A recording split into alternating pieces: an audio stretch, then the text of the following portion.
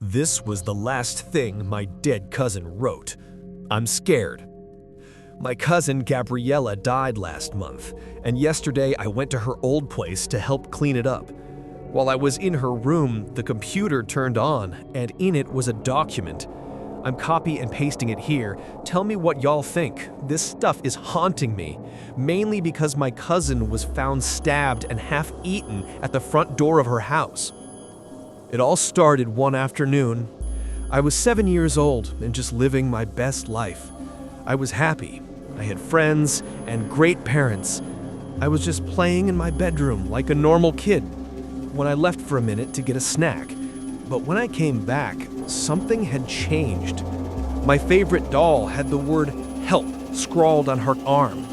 I wrote back a simple, childlike response. Yes. Then the writing appeared on the napkin I brought for my snack. He's coming. Who's coming? I wrote back. Jagged Jared. Before I could think of a response, it wrote again. He killed me. I was shocked, and the word "run" appeared on the napkin. I believed it was all some kind of practical joke and kept playing until nightfall. But then, all of a sudden, in a shaky handwriting, the words, "I'm here, Gabriella," appeared on the page. All of the responses ran through my head, but I simply wrote, "No!" And I ran through the house, locking every door, and ran back to my room, where the words, "I'm eating your mom's leftovers," appeared on the page, and I just sat there, confused. But then the words, "I'm in your parents' room," appeared. "You can't go in there," I responded. The next message terrified me. "Your dad tastes good." My 7-year-old mind broke. "You ate my dad?" I wrote. Then he said, "Your mom is a bit chewy." I couldn't believe it. I was an orphan, but I knew I was next. I climbed out of my window and tried to get in the car, but it was still locked. I broke through the downstairs window to run inside and get the car keys, getting covered in blood in the process. Then I saw him. He was tall, but not too tall, just taller than my dad. He had long black claws on his hands and feet and wore a large black suit. He had yellow eyes like that of a cat, a lot of stubble, fangs, and long black hair. And worst of all, a ring or my parents' wet blood around his mouth. He chased me, but I jumped back out the window into the car and started driving. But the thing is, I was a 7-year-old driving. I dropped a brick on the gas and got as far away from Jared as possible before getting pulled over. The officer pulling me over asked why I was driving a car at 11 p.m. because letting me drive was considered child neglect. I told him my parents were dead, and I described Jared to the officer, but the sketch that came out definitely made him not believe me. They sent a detective crew into the house, but it was almost like Jared wasn't there. And since I was covered in blood from the window and was the last to use the knife other than Jared that was used to kill happened. And if you find this story, please post it as a warning that Jared is out there and he will strike again.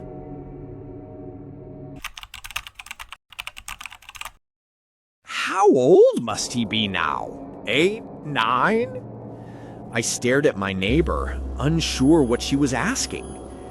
She read the confusion on my face. "You're cute, little guy. I saw him biking down the lane earlier. He must be old enough for grade 4 now, right?"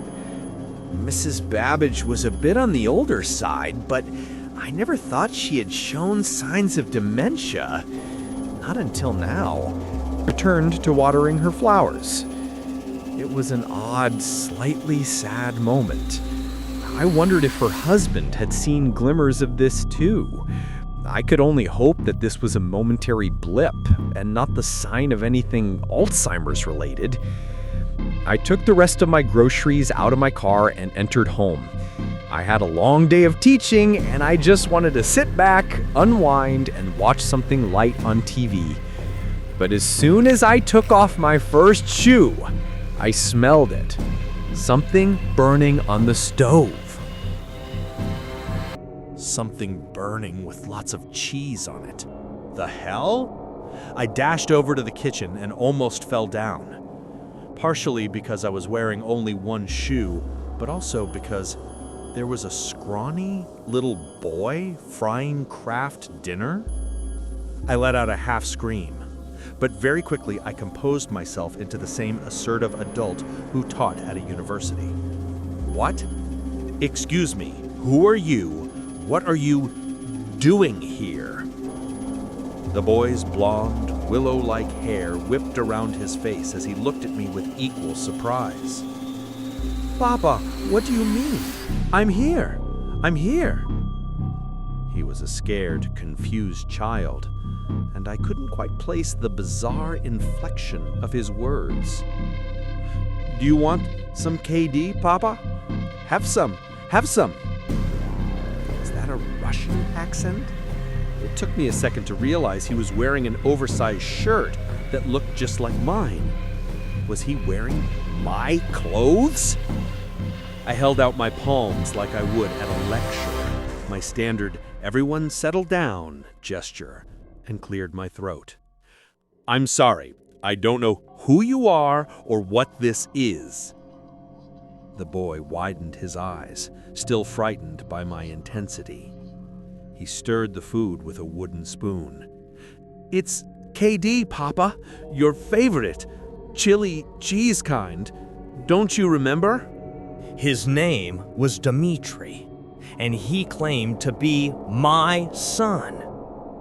Apparently, at some point, there had been a mother, but he didn't remember much about her. He only remembered me. You've been Papa my whole life, Papa. I tried having a sit-down conversation. In fact, I tried to have many sit-down conversations where I explained to Dmitri that would be impossible. But it always ended with him clutching me with impassioned tears, begging me to remember him. The confusion only got worse when my mother called. "How is my grandson doing?" she asked. I didn't know how to reply. The conversation grew awkward and tense until eventually I clarified my whole predicament. "Mom, what are you talking about? I don't have a son. I've never had a son." My mother gasped a little, then laughed and scolded me, saying I shouldn't joke around like that. Because of course I've always had a son, a smart little guy who will be celebrating 9 this weekend. I hung up. I stood petrified in my own kitchen, staring at this strange, expectant, Slavic child. For the next 10 minutes, all I could do was ask where his parents were, and he just continued to act frightened, like any authentic kid might, and replied with the same question, "How did you forget me, Papa?" My method wasn't getting me anywhere, so I decided to play along. I cleared my head with a shot of espresso. I told him my brain must have been scrambled from overworking, and I apologized for not remembering I was his father. He brightened immediately. "It's okay, Papa. It's okay." He gave me a hug. "You always work so hard." The tension dropped further as Dmitri finished making the noodles and served himself some. I politely declined and watched him eat, and he watched me watch him eat. "So you're okay now? You're not angry?" His accent was so odd. "No," I said. "I'm not angry. I was just a little scrambled." His eyes shimmered, looking more expectant. "So we can be normal now?" A wan chill trickled down my neck. I didn't really know what to say, but for whatever reason, I did not want to say, "Yes, we can be normal now," because this was not normal. Far from it. This child was not my son. He started playing with his food and quivered a little, like a worried mouse seeking reassurance. Everything will be fine, I eventually said. No need to stress. Enjoy your noodles. To my shock and dismay, I discovered that Dmitri also had his own room. My home office had somehow been replaced by a barren, clay-walled chamber filled with linen curtains, old wooden toys, and a simple bed. The smell of bread and earth wafted throughout. I watched him play with his blocks and spinning tops for about half an hour before he started to yawn and say he wanted to go to sleep. It was the strangest thing, tucking him in. He didn't want to switch to pajamas or anything. He just sort of hopped into his straw bed and asked me to hold his hand. Dimitri's fingers were cold and slightly clammy little things. It was very bizarre, comforting him like my own son, but it appeared to work. He softened and lay still. He didn't ask for any lullaby or bedtime story. He just wanted to hold my hand for a minute. Thank you, Papa. I'm so glad you're here. So glad you can be my Papa. Good night. I inched my way out of the room and watched him through the crack of his door. At about 9:30, he gave small, childlike snores. He had fallen asleep. Cautiously, I called Pat, my coworker with whom I shared close contact. She had the same reaction as my mother. Harlan, of course you have a son. From your marriage to Svetlana. My marriage to who? You met her in Moscow when you were touring Europe. It was true that I had guest lectured 15 years ago across the UK, Germany, and Russia. I was awarded a grant for it. But I only stayed in Moscow for 3 days. I never met anyone named Svetlana. Don't be weird, Harlan. Come on, you and Svetlana were together for many years. We were? How many? Look, I know the divorce was hard, but you shouldn't pretend your ex-wife doesn't exist. I'm not pretending. I'm being serious. I don't remember her. Then get some sleep. I sipped on my second espresso of the night. But I have slept. I'm fine. Well then, I don't get what this joke is. Knock it off. It's creepy. I'm not joking. I'll see you tomorrow for the birthday. Birthday? Yes, your son's birthday. Jesus Christ! Good night, Harlan. Get some sleep. I didn't sleep that night. My efforts were spent scouring the filing cabinets and drawers throughout my house. I had credit card bills covering school supplies, kids' clothing shops, and costlier groceries. I even had pictures of Dmitri hung around the walls from various ages. It's like everything was conforming to this new reality. The harder I looked for clues to disprove my fatherhood, the more evidence I found confirming it. It was Dmitri who woke me up off the living room couch and said, "Uncle Boris was here?" Uncle Boris? I peeked through the window and could see a very large blonde man smiling back at me. Behind him was a gaggle of other relatives, all speaking Russian to each other. "Hello, Harlan." The blonde man's voice penetrated past the glass. "We are here for birthday." They all looked excited and motioned to the front door. They were all wearing tunics and leggings. Traditional birthday clothes or something? I was completely floored. Didn't know what to do, so I just sort of nodded and subtly slinked back into my kitchen. Dmitri came to pull at my arm. "Come on, Papa, we have to let them in." "I don't know any of them." "Yes, you do, Papa. It's Uncle Boris. It's Uncle Boris." I yanked my hand away. It was one thing to pretend I was this kid's dad for a night. It was quite another to let a group of strangers into my house first thing in the morning. Dmitri frowned. "I'll open the door." "Wait, hold on." I grabbed Dmitri's shoulder. He turned away. "Let go!" I tried to pull him back, but then he dragged me into the living room again. Our struggle was on display for everyone outside. Boris looked at me with saucer eyes. Dmitri pulled harder, and I had no choice but to pull harder back. The boy hit his head on a table as he fell. Boris yelled something in Russian. Someone else hollered back. I heard hands trying to wrench open my door.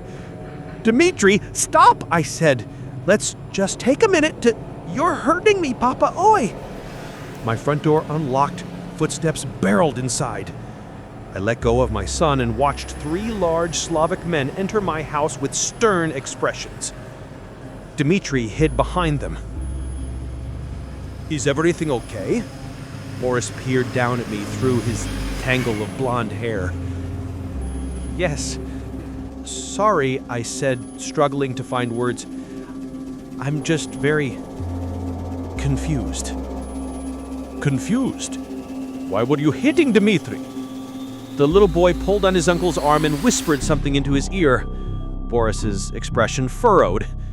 But before I could speak further, a slender pair of arms pushed aside all the male figures and revealed a woman with unwavering, bloodshot eyes. Something in me knew it was her. Svetlana. She wore a draped brown sheet as a dress with skin so pale I could practically see her sinews and bones. It's like she had some extreme form of albinism. "Harlan," she said, somehow breaking my name into 3 syllables. "Harlan." I've never been so instinctively afraid of a person in my life. It's like she had weaved herself out of the darkest edges of memory. I saw flashes of her holding my waist in Moscow, outside Red Square. Flashes of her lips whispering chants in the shadows of St. Basil's Cathedral. Svetlana held Dmitri's shoulder, then looked up at me. "Just tell him it will be normal. Tell him everything will be normal." No, this is not happening. None of this is real. Barefoot and still wearing the same clothes as yesterday, I bolted out the back of my house and hurtled towards my driveway. Before the rest of my new family could realize what was going on, I hopped into my Subaru and stepped on the gas. As I drove away from my house, I looked back into my rearview mirror, and I swear it didn't look like my house at all. I swear it looked like a thatched roof hut. Back at the university, I walled myself up in my study. I canceled all speaking arrangements for the next week, saying I needed a few personal days. No one in my department knew I had a son. Nothing in my study indicated I had an extended Russian family. When I asked Pat about our phone conversation last night, her response was, "What conversation?" My mom said the same thing. With immense trepidation, I returned to my house the following day, and after setting foot back inside, I knew that everything had reverted back to the way it was before. No more framed pictures of Dmitri, no more alarming photo albums, and that clay-walled room where Dmitri spun tops and slept inside, it was just my home office again. To this day, I still have no clue what happened during that bizarre September weekend. But doing some of my own research, I'm starting to think I did encounter something in Moscow all those years ago. Some kind of lingering old curse, or a stray spirit, or a Chernaya Vedma, a black witch disguised as an ordinary woman. Although I haven't seen any evil things bubble up around my place since, every now and then I do have a conversation with Mrs. Babbage, and she seems to remember my son very well. Such a cute little guy, always waving hello. Did you know he offered me food once? I think it was Kraft dinner.